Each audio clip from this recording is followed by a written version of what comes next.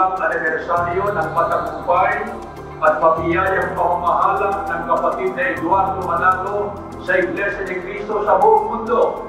Kami pong mga ministro at mga manggagawa, kasama ang aming pamilya, mga may tungkulin at lahat ng mga kapatid, ay buong pusong nagpapasalamat sa Panginoon Diyos sa kanyang patuloy na pagtulong at pagpatnubay sa ating pinakamamahal na tagapamahalang pangkalahatan, ang kapatid na Eduardo P. Manalo.